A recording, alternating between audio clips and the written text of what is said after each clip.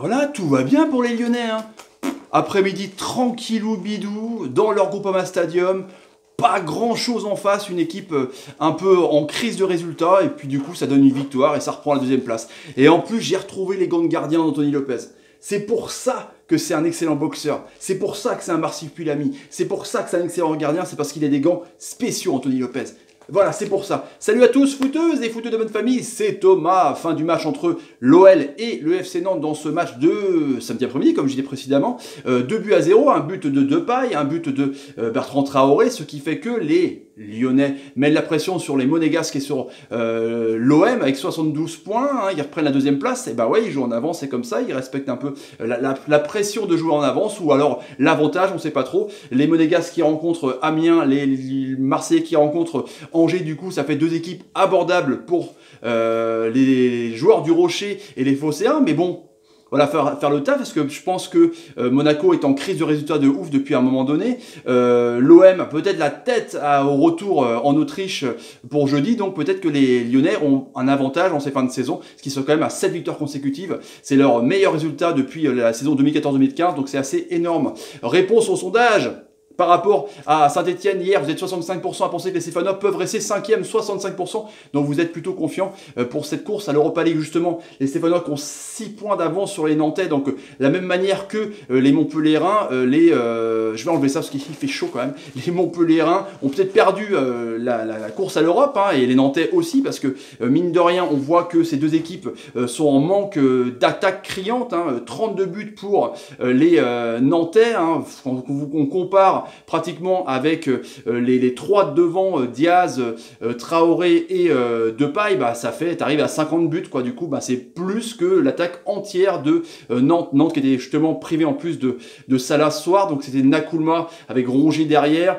Lima, Thomasson, donc tu vois que c'était un peu une équipe défensive, pareil avec les latéraux doublés, hein. Et en plus il n'y avait pas Diego Carlos derrière, le rock, hein, que le Marseille tue d'ailleurs au recrutement, donc voilà, on voit que c'était Gigi qui dépanne aussi souvent latéral, qui dépanne souvent au milieu de terrain, et à côté de l'ami Palois, hein. Donc on voit que voilà, ça tient un peu sur Tataru Sanou, le gardien qui est monstrueux, qui a fait 7 arrêts. C'est un truc de ouf. Les gardiens en cette fin de saison qui font aussi des records de tarés pour tenir un peu leur équipe à flot. Les Lyonnais, du coup, bah, on voit que, mine de rien, ils avaient leur équipe un peu parfaite, hein, du coup, avec un losange pointe haute avec Fekir en numéro 10, avec l'ami Traoré et Depay devant. Depay qui est préféré à son frère ennemi, hein, pourtant auteur de 18 buts, Mariano Diaz, avec donc Aouar en milieu gauche.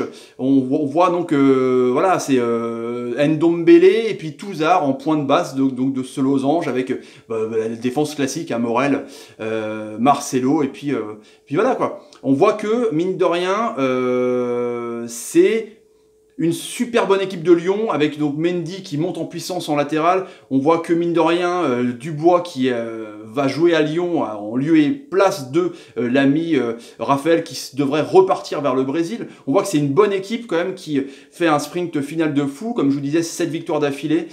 Franchement, ils sont inarrêtables en cette fin de saison. C'est dû justement au replacement et un peu la mise au placard de Mariano Diaz, pourtant hauteur donc de presque 20 pions, et du coup Depay dans l'axe, vraiment en milieu de terrain, ou alors il est parfait, il le fait avec la sélection aussi, mais on voit qu'il est vraiment parfait dans ce rôle-là. Il est en dedans, on ne sait pas s'il va rester, on lui a posé des questions, les journalistes de Canal à la fin du match, pour savoir s'il était concerné par le projet ou pas. En tout cas, on a vu directement un Lyon qui voulait les 3 points, avec une frappe de Traoré dès le début, avec une belle manchette de Tataru Sanou qui a été vraiment énorme. Après il y a eu un 1-2 pareil avec Depay et Fekir.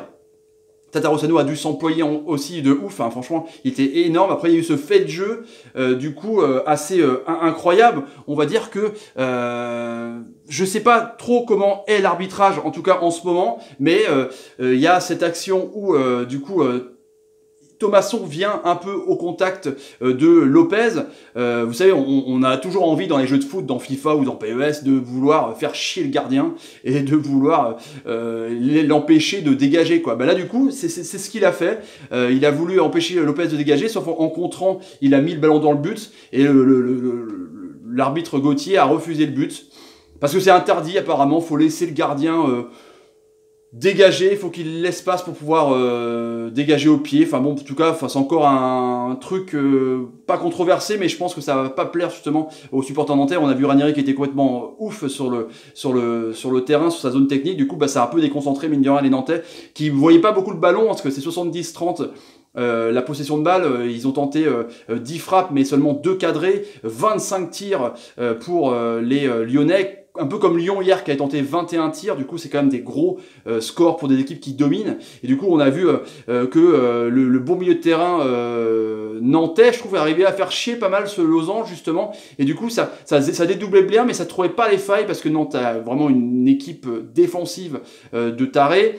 Du coup bah, ils ont passé par les contres. En fait, Lyon a essayé de jouer direct, long, va essayer de varier un peu les systèmes de jeu. C'est assez intéressant, je trouve. Et du coup, sur un joli contre où Fekir, qui est vraiment en forme, qui revient bien en ces fins de saison, donc le sondage, je l'ai consacré à la fin de la vidéo, et ben arrive à naviguer dans la défense et donner une super passe à Depay. Depay qui fait un geste technique. C'est pas une Drogba ou une CR7, vous savez, la talonnade un peu sautée derrière soi, mais il fait une talonnade assez magique hein, pour remettre derrière lui. Après, il frappe directement du pied gauche pour tromper Tatarusanu. Cette fois-ci, c'est la bonne, quoi, parce que en amont, justement, sur une super frappe de Fekir, il avait tenté une reprise de volée où Tatarusanu l'avait mis et Traoré l'avait mis sur la barre. Ouais, Tatarusanu était aussi assez béni des dieux du foot, c'est un truc de ouf.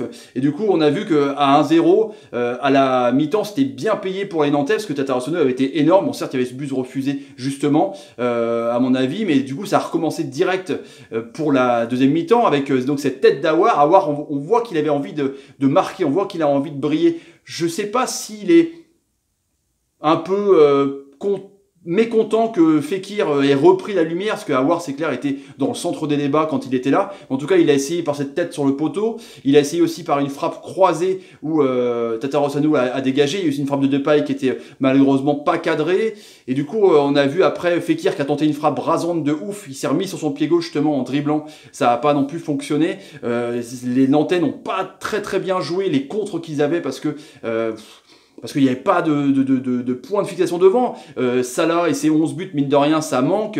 Nakoulma, c'était un peu juste. Rongier, c'est pas un milieu offensif qui va te donner des ballons, mais c'est plutôt un milieu défensif, justement. Donc c'était vraiment un bloc. Et du coup, bah, Nakoulma était esselé, il a pris pas mal de coups. Mais tout seul, voilà, c'est un mec de vitesse. Contre Rennes, il était bon parce que c'est un mec qui peut manger la craie, qui peut jouer à gauche, qui peut jouer à droite. C'est un mec qui peut provoquer sur son aile, mais tout seul en pointe. Pour un jeu de compte, c'est pas mal, mais au moins avec un point de fixation de Salah, ça aurait été peut-être un peu mieux. On voit que justement le manque d'attaque de ces Nantais. Et ben voilà, après donc les Lyonnais ont vraiment tellement essayé que sur encore une fois un contre où Aouar la met magnifiquement à Depay qui commence à dribbler sur sa droite pour rentrer sur son pied droit cette fois-ci. Et du coup, il fait un mauvais contrôle dans la surface de réparation, ce qui fait sans faire exprès une passe D pour Traoré. Et Traoré trompe Tatarusanu, donc 2-0. Donc là, c'était un peu bouclé pour Nantes. On a vu, je vous dis, un Nantes vraiment en dedans. On dirait qu'ils ont pris une claque déjà la semaine dernière pour ce match nul contre Rennes. Ils gagnent plus. Une victoire sur 13 matchs, comme je vous dis, 2 victoires sur 2 en 2018. Enfin, c'est 6 défaites, c'est 5 nuls. C'est pas terrible pour Ranieri, donc Nantes, je pense que c'est cuit pour l'Europe. Lyon, qui a essayé en fin de match de faire des frappes par Fekir, par Depay qui est sorti sous les applaudissements pour laisser rentrer Cornet. Enfin, on voit quand même que Ndombele a fait un super match aussi. Il me fait penser un peu à Matuidi, un peu 1000 poumons. Enfin, en tout cas, un Lyon super concerné, un Lyon tranquille, un Lyon en patron qui aurait pu gagner 3, 4, 5-0, mais sans les 7 arrêts de Tatarusanu. Voilà donc pour le débrief du match. Les petits amis, donc le sondage du coup. Bah ouais, à votre avis justement, est-ce que vous prendriez Fekir en bleu avec cette fin de saison? Est-ce que vous prendriez Fekir en bleu? Bah là, ce qui fait une bonne saison quand même. Il a 17 buts, hein, l'ami. Plus de 10 passes décisives. Franchement, c'est un mec concerné. Donc, petit sondage. Après, on répondra tout à l'heure. Match de la mort. Hein. Lille-Metz, ça va être chaud. Hein. Allez, je vous laisse les amis. Quel match ce soir. J'ai peur. C'est le match de la mort. Celui qui perd, il est dans la merde. Allez, ciao les amis. Salut.